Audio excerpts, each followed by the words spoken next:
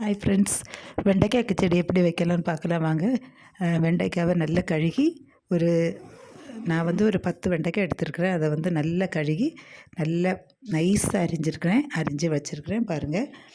சின்ன சின்னதாக அரிஞ்சால் தான் அது நல்ல ஃப்ரை ஆகி வரும் நமக்கு. அதனால தான் சின்ன சின்னதாக நைஸாக அரியணும், சரியா? அப்புறம் இதுக்கு தேவை பச்சை மிளகாய், அதுவும் ஒரு 2-3 பச்சை மிளகாய் மணம் காரத்துக்கு வேண்டி யூஸ் பண்ணிக்கலாம். பாருங்கள், நான் எவ்வளோ நைஸாக வெட்டி வச்சுருக்கேன்னு பாருங்கள். இந்த மாதிரி வெட்டினா தான் அது சீக்கிரம் ஃப்ரை ஆகும், சரியா?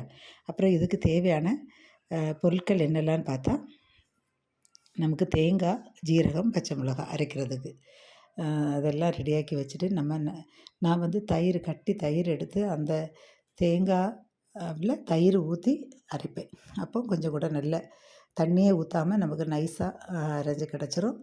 அப்புறம் இதில் நம்ம நல்லா ஃப்ரை பண்ணி வச்சுருக்காங்க பார்த்திங்களா, அதில் மிக்ஸ் பண்ணிக்கணும். சூடாக்கவே வேண்டாம், மிக்ஸ் பண்ணிவிட்டு உப்பெல்லாம் கரெக்டாக பார்த்து மிக்ஸ் பண்ணி வச்சுட்டு கடுகு தாளிக்கணும். அதுக்கு பச்சை தேங்காய் எண்ணெய், கடுகு, வற்றல் மிளகாய், கறிவேப்பிலை போட்டு கடுகு தாளித்து இதில் ஊற்றிடணும். அவ்வளோதான். வெண்டைக்காய் கிச்சடி ரெடி ஆகிடுச்சு. பிடிச்சிருந்தால் லைக் பண்ணுங்கள், ஷேர் பண்ணுங்கள், கமெண்ட் பண்ணுங்கள், சப்ஸ்கிரைப்